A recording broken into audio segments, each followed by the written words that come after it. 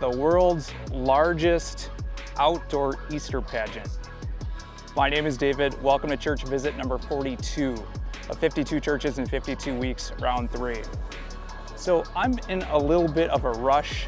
Today I am in Mesa, Arizona. I just touched down just about 30 minutes ago. I'm going to be attending the annual Mesa Arizona Easter Pageant. And this past week I was trying to figure out exactly where to go to do an Easter visit for you. So in the past I've done some evangelical type of mega churches. Well, 2 years ago I did a sunrise service at Mount Rushmore, and then last year went to, well, I was hoping to see Bishop Robert Barron, probably one of the more renowned Catholic bishops last year. So wasn't really sure where to go, and all of a sudden it hit me, Mesa Arizona Easter Pageant. So in the past I heard about pageants. When I was investigating the church, I was hearing all this stuff about the Mesa, Utah Temple when they would hold pageants. I heard that there were some at Palmyra. And then this past summer, I went to the Nauvoo, Illinois Temple. And when I did my first baptisms for the dead with proxy baptisms, I was hearing this music in the background. And it was the sunset on the Mississippi with the Nauvoo performing missionaries, and they were just so talented.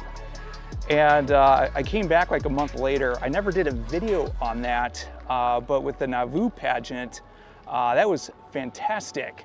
And I was, my camera really wasn't cooperating with the low light. And as I was doing church visits over the summer and stacking them up, just so many other videos came up. I never got to do a video. But with this, with Easter weekend, Holy Week, to visit this temple and then to see the Easter pageant show. I've heard so much about this now in the past week, where there's like 90,000 attendees, nearly 500 different performers. So I better get going here pretty soon and meet up with my friend Steve Pinecker from Mormon Book Reviews to even see if they're still doing it, because I got here about 20-30 minutes late. So I'm going to take off. I'll share much more in a little bit. You shall find the babe wrapped in swaddling clothes, lying in a manger.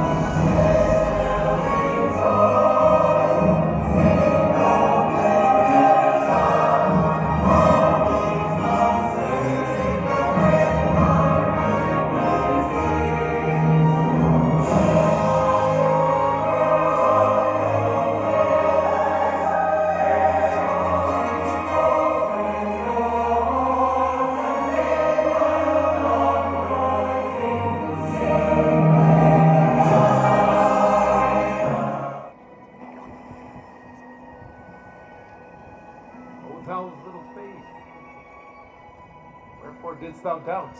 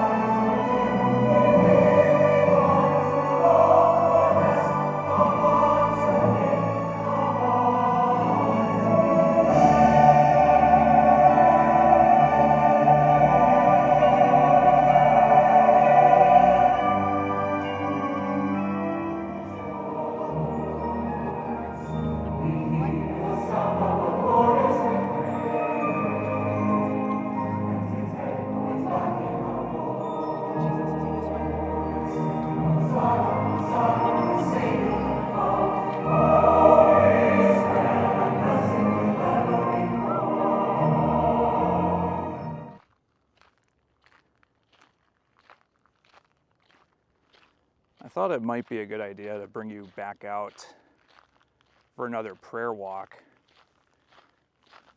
as I've been on this new covenant path for the past year. It's interesting to come out here right now. Yesterday was going all over the temple grounds. You know, this beautiful manicured garden that had been cultivated.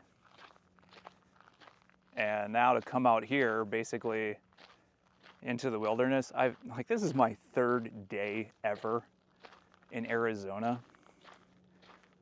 So I was a little curious today what it might be like to walk one of these hiking trails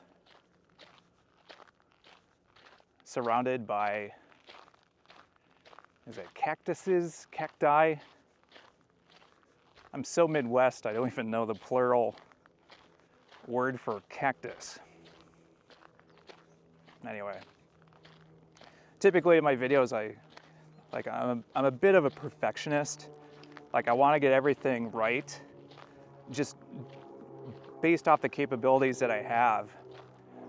So just to come out here and wing it and just talk with you, this is genuine, this is authentic, it's real, and it's daunting because I'm just like, a lot of times if I just look straight at the camera, like English, gone.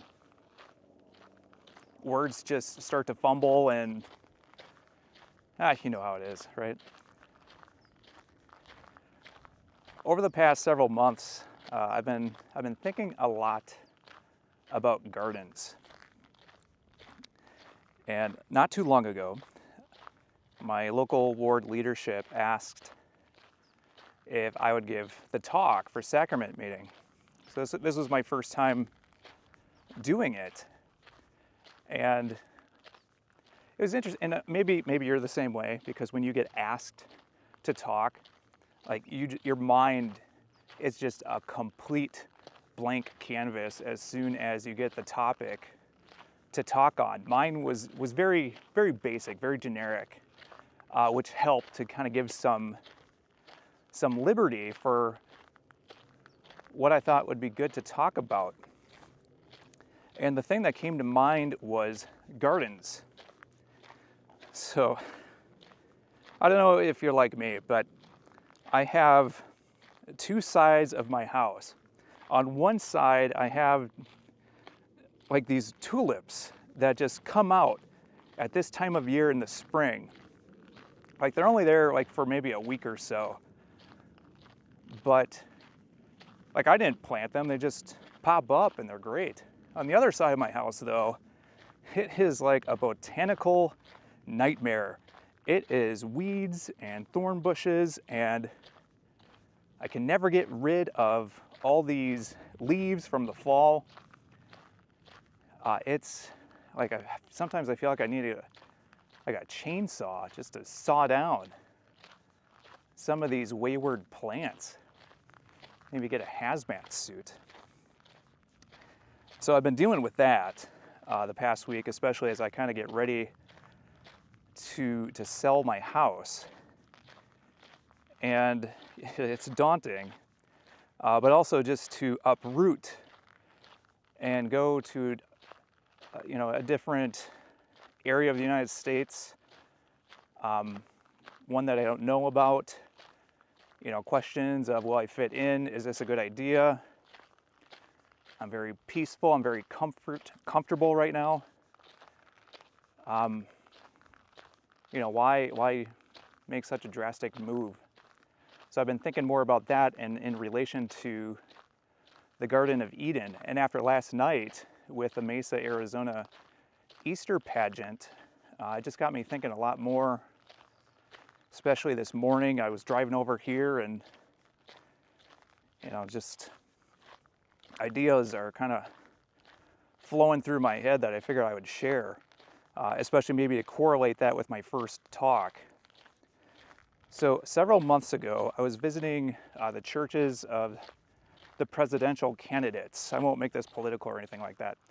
So I flew out to New York City one weekend and then San Francisco the next. And a part of that I was interested in was to see some temples. So I had a friend who's a member of the church who thought it'd be a great idea to bring me out to see the Manhattan, New York Temple. So it's under construction right now.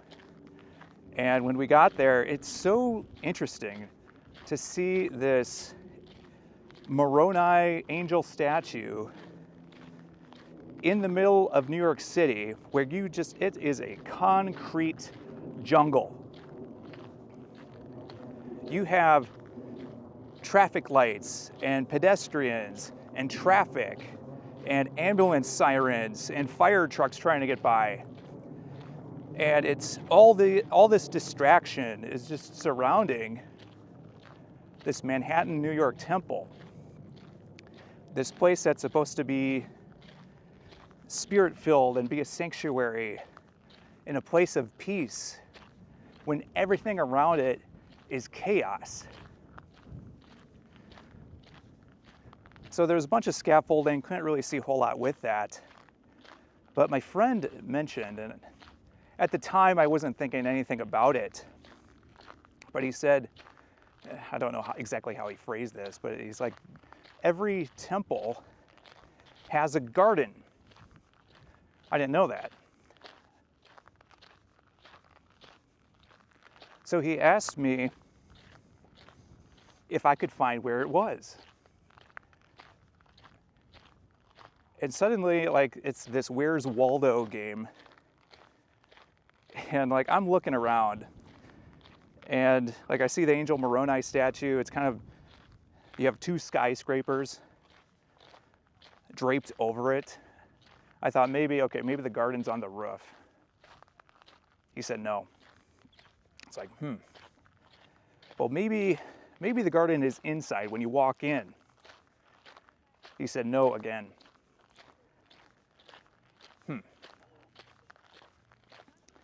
So, put up the white flag, didn't know where this garden was going to be.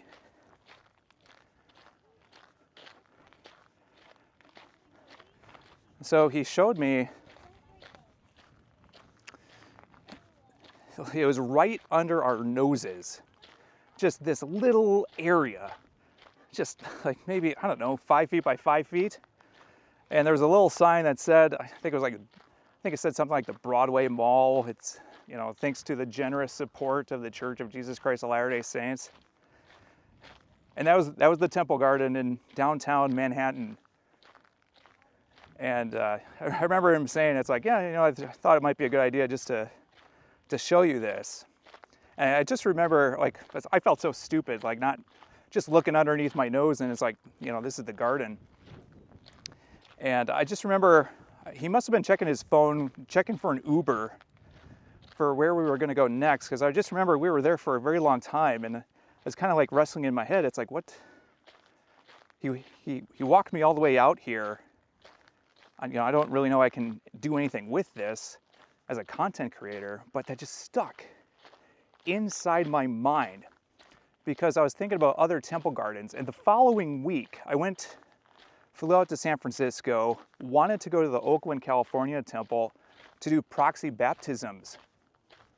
And when I got there, it is just this sprawling, panoramic garden, absolutely gorgeous. Just everything is vibrant about it. It's like a football field of a garden. So I get to the visitors center and a gentleman lets me know that the garden or the temple was closed because they had a power outage that day. It's like, oh, I came all the way out here for this. But again, so I just spent my evening, about an hour, just kind of looking around the garden, taking some pictures and some video, because that's all I really could do for that Saturday night. But again, gardens, that just stuck in my mind. So when I had to give the talk, I kind of mentioned about this. And I'm just trying to find, scriptural stories about growth, Garden of Eden, Garden of Gethsemane. I was trying to find in any type of scripture, like, what other gardens are there by name? It's like I couldn't find any.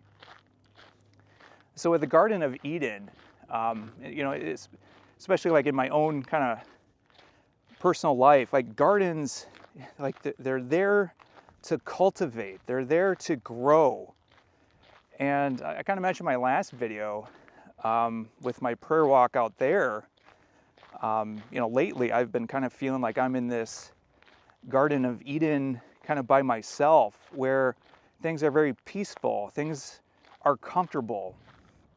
I like things the way they are right now, but I feel like something is missing.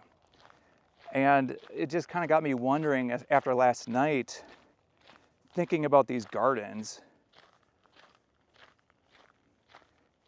like especially before sin was introduced, plan of salvation, like was there any growth in the Garden of Eden?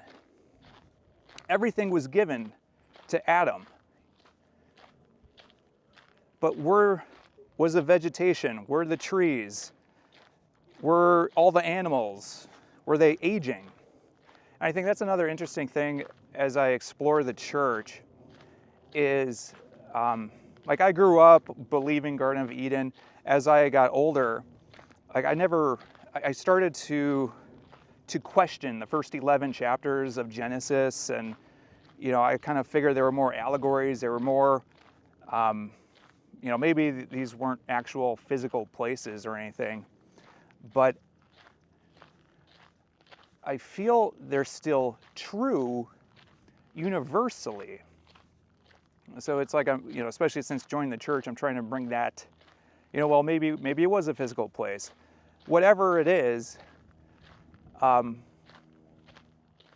it's got me wondering both if it was fact or even just the universal truth of us. Do we need that? We need that growth. I'm still kind of wrestling and processing some of these thoughts, because there's one thing that I started to focus on is I feel like the Garden of Eden lives inside all of us today. It's still universally within all of us. We can either choose the fruit of the tree of life, or we can choose the fruit of the tree knowledge of good and evil, It's constantly choices. What are we going to do with that?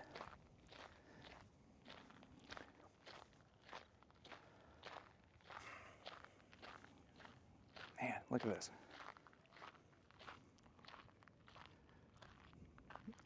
It's like one of these trees, maybe I'll just show you real quick. Like there are roots just going all over the place. It's unmanicured. You don't know what's gonna pop out. With a garden, it's, there's this pruning, there's care taken with these trees.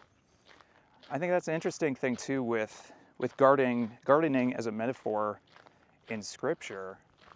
With gardening, it's like Father Time and Mother Nature working with his creation like us to make the best cultivated mixing of all of us to make the best thing possible. So I think with the fall, and especially I've seen last night with the Mesa Arizona Easter Pageant, it's kind of like this highlight of Jesus Christ's life within an hour. 500 different stage performers. You have the angels, you have Jesus Christ, the music, just absolutely phenomenal. And they go to the Garden of Gethsemane. And, you see Jesus Christ praying, and the betrayal, like Judas with the kiss, and Judas kind of almost like a serpent in the Garden of Gethsemane, not of Eden, and that betrayal. And when I was given this talk, I was kind of comparing some scriptural stories of what gardens represent, because oftentimes gardens are crafted after a period of trial and tribulation. Like Noah he planted a vineyard after the flood, and that wasn't without its own complications. But Abraham, he had a tree. I was kind of thinking too with Jonah. You know, God kind of has this plant kind of give him a shadow, and then when that's taken away, there's all kinds of issues there. But I think with the Garden of Gethsemane, and then with Jesus Christ dying on the cross, the thing that I found fascinating is he, like days before, I want to say the passage is John 12, verse 24. And it talks, I think Jesus kind of foreshadows his death, mentioning about, you know, a seed that falls and it dies, but it grows, it bears new fruit. And almost in a way, with Jesus's death, buried his body in the ground, and it bared good fruit. It bared something much bigger. One of the things I thought was fascinating that often gets missed is how Jesus, well, I should say, when Mary Magdalene comes to the tomb, you know, and she sees it's been opened. You know, Jesus comes up behind her, and you know what she says? You know who she mistakes Jesus for? A gardener. And, you know, it's easy to just dismiss that, and because obviously it was in a garden, but it's like, you know, maybe she wasn't mistaken in a universal kind of way, because Adam was kind of the first gardener. Jesus became the new gardener, planting something for all of us after, you know, these tests and trials. I've just found that very symbolic and deep, you know, the symbolism, the imagery, what Christ represents. My local, I shouldn't say local, but my stake missionary has posted a message the other day on social media, you know, just one of those, you know, what's one word that to describe Jesus Christ? You know, a lot of them said Redeemer and Friend. And, you know, after witnessing everything I've been thinking about, Gardener seems to be very appropriate. So we'll wrap it up on that. Hope you enjoyed this video. Taking a little bit of a look into the Mesa, Arizona Easter Pageant. You'll have to let me know if you like these prayer walks, especially with the weather getting a little bit better. As always, oh, I should also mention, we're doing the St. Jude Children's Research Hospital fundraiser. We had almost, I want to say $2,500 in donations last week. Huge, huge. Thank you so much for all the help. We're doing the 2-for-1 donation with a Good Samaritan to kind of bump up our pacing. So we passed over $30,000. We are so close to hitting our $52,000 goal. We just need to hit about $35,000 and we should be there. But as always, make sure to like, subscribe, hit notifications if you want to keep up with the latest church visits. But until next time, hope you have a good one.